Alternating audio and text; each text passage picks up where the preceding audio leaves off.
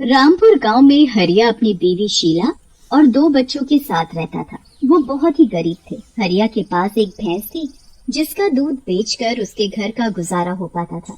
कुछ देर बाद हरिया दूध बेचने चल देता है। बहुत तेज धूप होती है, इसलिए हरिया एक पेड़ के नीचे कुछ देर आराम करने के लिए बैठ जाता है। तभी उसकी नजर एक बूढ़े आदमी पर पड़ती है जो एक बहुत ही बड़ा मटका लेकर बैठा हुआ होता है। अरे बाबा, आप इतनी तेज धूप में क्या कर रहे हो? अरे बेटा, मैं यहीं पास में रहता हूँ। मुझे बहुत तेज प्यास लग रही थी और घर में एक बूंद भी पानी नहीं था, इसलिए मैं पानी भरने के लिए नदी के पास जा रहा था। आप ये दूध पी लो, इससे आपकी प्यास बुझ जाएगी। और ये मटका मुझे दे दो, मैं आपके लिए पानी भर कर ले आता हूँ। तुम तो बहुत ही नेक दिल इंसान हो बेटा। हरिया उस बूढ़े आदमी का मटका नदी से भर कर ले आता है, पर जब वो वापस आता है तो बूढ़ा आदमी वहाँ नहीं होता। हरिया उसे यहाँ वहाँ ढूंढता है पर वो कहीं नहीं दिखता। हे भगवान, अब मैं उस बाबा को कहाँ ढूंढूं? वो ऐसे अचानक आखिर कहाँ चले गए? और मैं इस मटके का क्या करूं? अगर मैं इसे यहीं छोड़ दूंगा तो कोई भी इसे यहाँ से उठाकर ले जाएगा। एक काम करता हूँ, इसे अपने साथ ही ले जाता हूँ। वैसे भी हमें मटके की कितनी जरूरत थी, शायद भगवान ने हमारी मदद करने के लिए ऐसा किया हो।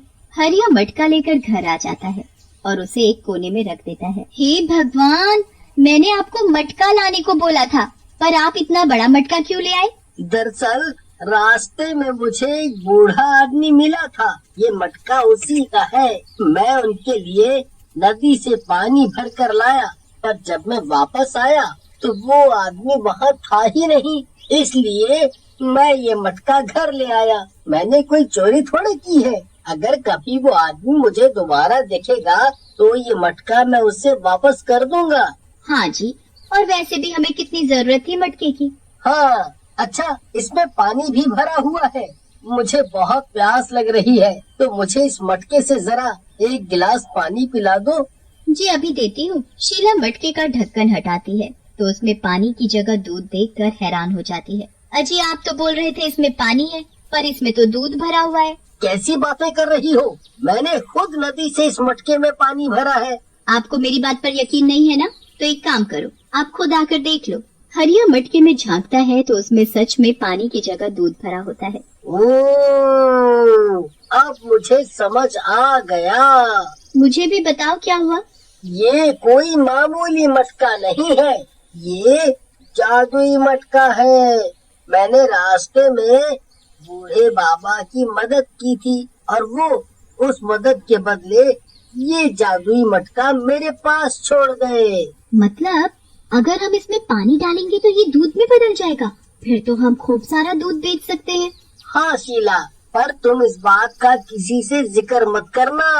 अगले दिन हरिया सोकर उठता है और उस मटके को लेकर नदी के पास जाता है और उसमें पानी भर देता है। पल भर में पानी दूध में बदल जाता है। हरिया उस मटके को घर ले आता है और बहुत सारे दूध के डोल में सारा दूध भरकर गांव में बेचने चल देता है। अरे हरिया, क्या बात है, आज तो एक डोल की जगह इतने सारे दूध के डोल।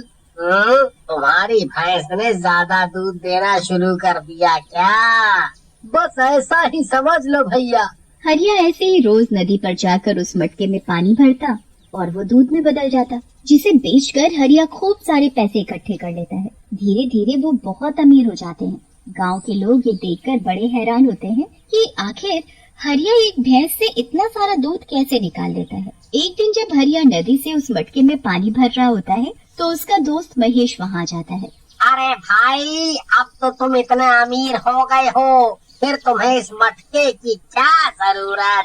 अब तो तुम कोई बढ़िया सा स्टील का बर्तन ले लो। नहीं नहीं नहीं नहीं भाई, यही ठीक है। हरिया पानी भरकर मटका उठा ही रहा होता है, पर महेश के पैर की ठोकर लगने से मटका गिर जाता है। मटके से पानी की जगह दूध बहता देख महेश की आंखें चौड़ी हो जाती हैं। अरे हरिया भाई, तूने तो इसमें पानी भरा था, ये तो दूध बन गया। अब मुझे समझ आ गया कि तू इतना अमीर कैसे हो गया।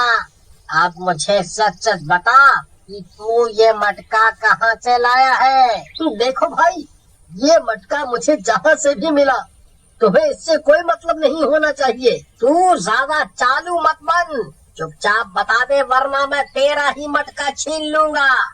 हरिया डर के मारे महेश को सब बता देता है कि कैसे और कहां से उसे वो जादुई मटका मिला है।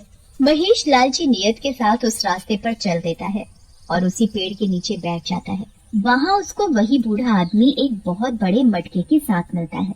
बेटा, मुझे प्यास लगी है, क्या तुम मेरे इस मटके को नदी से भरकर ले आओगे?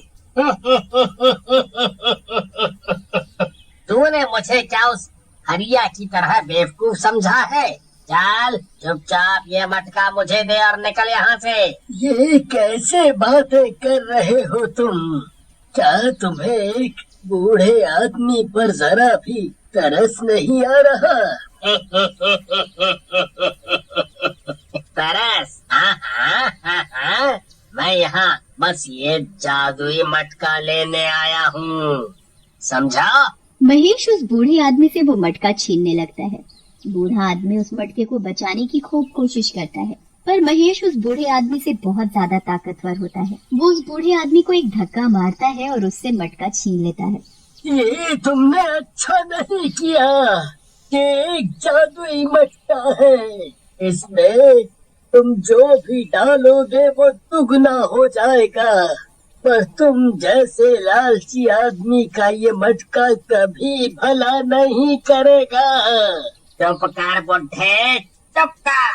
महेश वो जादुई मटका लेकर जल्दी से अपने घर आता है और अपनी पत्नी सरिता को आवाज देता है। सरिता, ओ सरिता, देख मैं क्या लाया हूँ। क्यों इतना शोर मचा के रखा हुआ है? अरे भाग्यवान, मैंने तुझे उस जादुई मटके के बारे में बताया था ना। हाँ जी, क्या ये वही मटका है? हाँ, मैं भी हरिया की तरह उसी जगह पर गया था। मुझे वहाँ कोई बूढ़ा आदमी दिखा और मैंने उससे ये मटका छीन लिया, और उस बूढ़े आदमी ने मुझे बताया इस मटके में जो भी चीज डालेंगे वो दुगनी हो जाएगी। अरे वाह, मुझसे तो सबर ही नहीं हो रहा, जल्दी से इसमें कुछ डालकर देखो। हाँ भाग्यवान, सबर रखो, सबर रखो। चलो चलो, अब देर मत करो, जल्दी से देखो कि ये मटका कैसे अपना जादू दिखाता है। हरिया उस मटके में जल्दी से एक सिक्का डालता है और वो पल भर में 2 सिक्कों में बदल जाते हैं। अरे वाह सरिता, ये तो 2 सिक्के हो गए। मतलब उस बूढ़े आदमी ने सच कहा था, मैं तो उस हरिया से भी ज्यादा अमीर हो जाऊंगा। हाँ जी, सही कहा आपने। चलो हम जल्दी से अपने घर का सारा सोना और सारे पैसे लाकर इस मटके में डाल देते हैं। सरिता और हरिया घर के सारे पैसे और सोना ले आते हैं और उस मटके में डाल देते हैं। पल भर में सब कुछ दुगना हो जाता है। ऐसा करते करते वो खूब अमीर हो जाते हैं, पर उनका लालच खत्म होने का नाम ही नहीं ले रहा होता। एक दिन सरिता अपने लिए बहुत ही सुंदर हार खरीद कर लाती है। क्यों ना मैं इस हार को इस मटके में डाल दूं, फिर मेरे पास ऐसे 2 हार हो जाएंगे। सरिता जल्दी से अपना हार उतारती है और उस मटके में डाल देती है। पल भर में मटके में 2 हार हो जाते हैं। मटका बहुत बड़ा होता है, जिस कारण सविता का हाथ उस हार तक नहीं पहुंच पा रहा होता है। वो थोड़ा झुककर उस हार को लेने की कोशिश करती है तो वो खुद उस मटके में गिर जाती है। हे भगवान, ये तुमने क्या किया? महेश अपनी बीवी को बाहर निकालने लगता है, पर वो तो 2 हो चुकी होती है।